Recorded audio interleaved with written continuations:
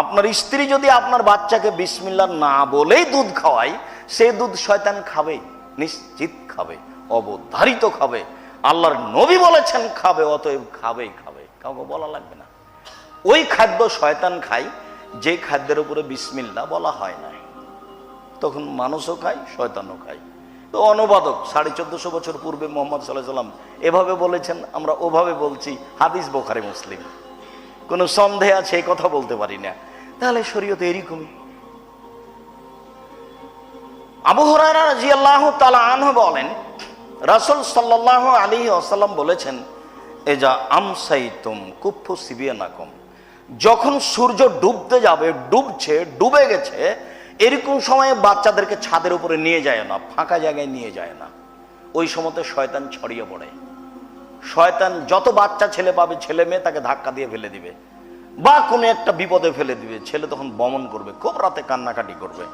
ঠিক সন্ধ্যার সময় যখন আজান হচ্ছে, সূর্য ডুবতে যাচ্ছে, এই সময়ে ছেলেকে রাস্তাঘাটে, বাইরে, আগে নেই, উঠানে, ছাদের উপরে নিয়ে যাওয়া যাবে না, ছেলে মেয়ে। ওই সময়তে শয়তান ছড়িয়ে পড়ে বলে রাসূল সাল্লাল্লাহু আলাইহি সাল্লাম বলেন। যখন এশারাত কাছাকাছি হয়ে এসেছে, তখন শয়তান ওখান থেকে ফিরে এসেছে, সে অন্য জায়গায় চলে গেছে। এখন বাচ্চা বাইরে আসতে পারে রাত বেশি হলে, তবে সন্ধ্যার সময় নয়। একথা বলার পরে তিনি বলছেন, গুল্লিকুল আবওয়াব আযকুরুল্লাহ, রাতে শোয়ার সময়তে দরজা বন্ধ করো, বিসমিল্লাহ বলো। দরজা বন্ধ করার সময়, জানালা বন্ধ করার সময় বিসমিল্লাহ বলতে হবে। আমরা সবাই জীবিকা নির্বাহ করি, ছেলে মেয়ে, স্ত্রী, পরিবার, পরস্পরকে বলে দেখি, দরজা বন্ধর সময়তে বিসমিল্লাহ সাধারণত মনে থাকে না। যদিও এই বক্তব্য আব্দুর রাজ্জাক সাহেবের মুখে আগেও শুনেছি, কিন্তু তা বাস্তবে নিয়ে আসতে পারিনি। আহল পরিবার সবাই মিলে পরামর্শ করে মাঝে মধ্যে বৈঠক করে এটা চালু করতে হবে। এটা তো হাদিস করাই লাগবে। তার জন্যই খুতবা শুনতে এসেছি কত দূর দূরান্ত থেকে, কত দূর থেকে, কোথায় ময়মনসিংহ, আর কোথায় সিলেট, আর কোথায় আপনার লক্ষ্মীপুর, সেখান থেকে এসেছি, আরও শহরের বিভিন্ন কোণা থেকে। তাহলে ভালোবাসা মানে প্রাণপণে চেষ্টা করতে হবে ও হাদিসটার প্রতি আমল করা। আল্লাহে আল্লাহর কসম, আল্লাহে আল্লাহর কসম, আল্লাহে আল্লাহর কসম, 90 সাল থেকে নিয়ে এখন পর্যন্ত আমি কোনোদিন আমার বক্তব্যে অপ্রয়োজনীয় কথা বলিনি, আমি কোনোদিন কেসা কাহিনী বলিনি। আমি সবসময় কোরআন এবং হাদিসের অনুবাদ করে আমার পুরো সময়টা পূর্ণ করার প্রাণপণে চেষ্টা করি। তবে আমি মানুষ, কোথাও ভুল ত্রুটি থাকতেও পারে, তবে কথা বারবার দেখে বলি। রাসূল সাল্লাল্লাহু আলাইহি সাল্লাম বললেন, অকু কেরাবাকুম আযকুরুল্লাহ, খাদ্যের পাতিল, ভাতের পাতিল, তরকারির পাতিল, আটার পাতিল, যত খাদ্যদ্রব্যের পাতিল আছে সব বন্ধ করো।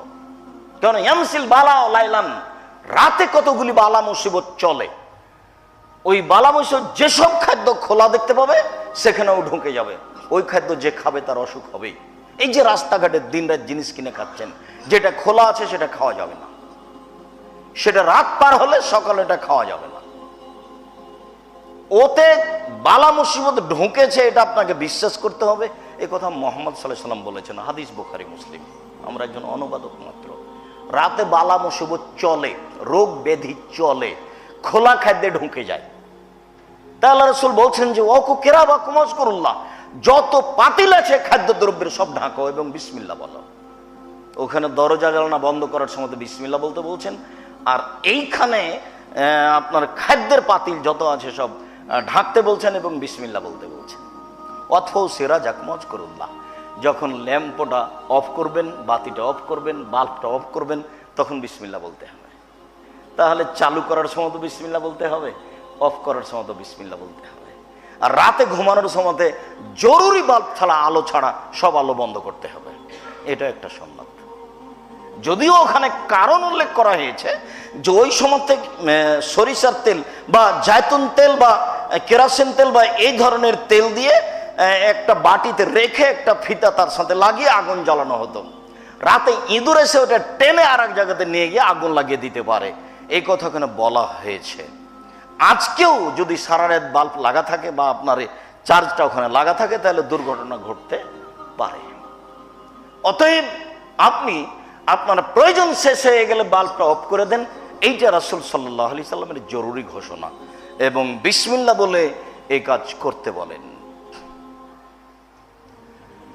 আয়েশা রাদিয়াল্লাহু তাআলা আনহা বলেন, রাসূল সাল্লাল্লাহু আলাইহি সাল্লাম বলেছেন, ইজা আকালা আহাদুকুম ওয়া নাসিয়া যিকরাল্লাহ, কেউ যদি খেতে বসে আর আল্লাহর নাম বিসমিল্লাহ বলতে ভুলে যায়, তাহলে ফালিয়াকুল বিসমিল্লাহি আউয়ালাহু আখিরাহু, তাহলেও যখন মনে পড়বে, খাওয়ার শেষে যে কোনো সময় মনে পড়বে, তখনও বলে ফেলবে বিসমিল্লাহি আউয়ালাহু আখিরাহু, আমার বিসমিল্লাহ শুরু থেকে শেষ পর্যন্ত।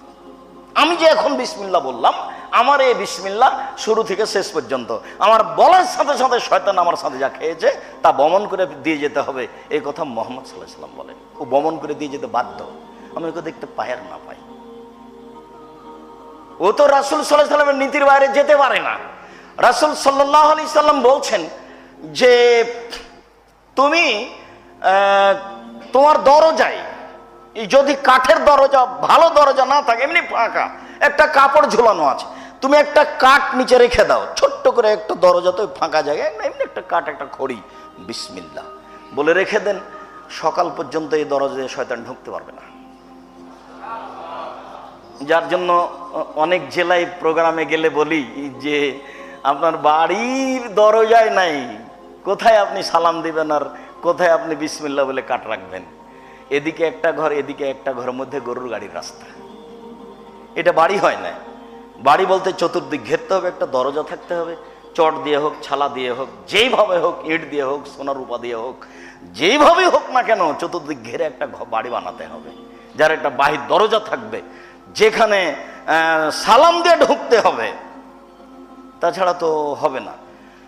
জাবের রাদিয়াল্লাহু তাআলা আনহু বলেন, রাসূল সাল্লাল্লাহু আলাইহি ওয়াসাল্লাম বলেছেন, ইজা দাখালা আহাদুকুম বাইতাহু ওয়া যাকারা লিনদা দুখুলিহি ইনদা তাআমিহি, যখন কোনো মানুষ বাড়িতে প্রবেশ করে, ঢোকার সময় সালাম দেয় আর খেতে বসে বিসমিল্লাহ বলে, কালা শয়তান, তখন শয়তান বলে, লা মাবিতা লাকুম ওয়ালা আশা, এই বাড়িতে তোমাদের থাকারও জায়গা নেই, এই বাড়িতে তোমাদের খাওয়ারও কোনো ব্যবস্থা নেই।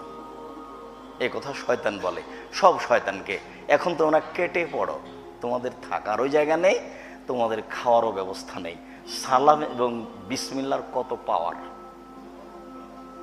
এই কথার অর্থ এই নয় যে 20 বার বিসমিল্লাহ বলে নেকি হবে, এরকম কথা নাই। আল্লাহ রাসূল এরকম কথা বলেননি।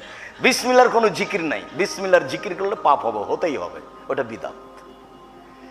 যেখানে বিসমিল্লাহ বলা হচ্ছে সেখানে বিসমিল্লাহ বলতে হবে।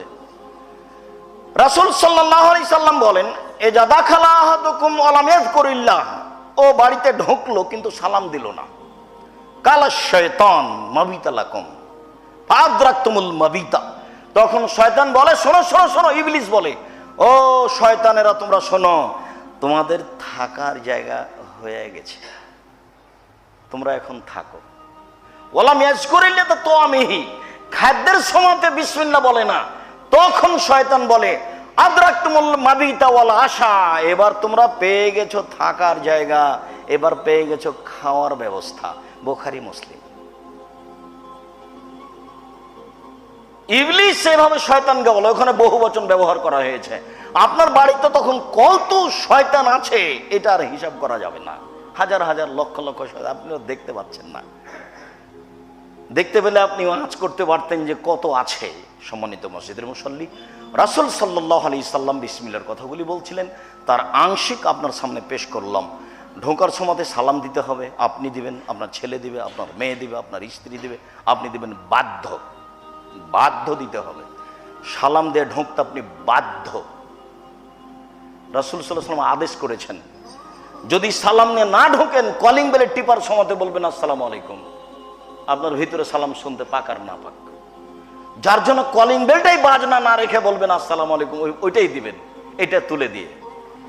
আগামীকাল সন্ধ্যা হতে হতে আমার পক্ষ থেকে অনুরোধ থাকছে, কলিং বেল পরিবর্তন করতে হবে।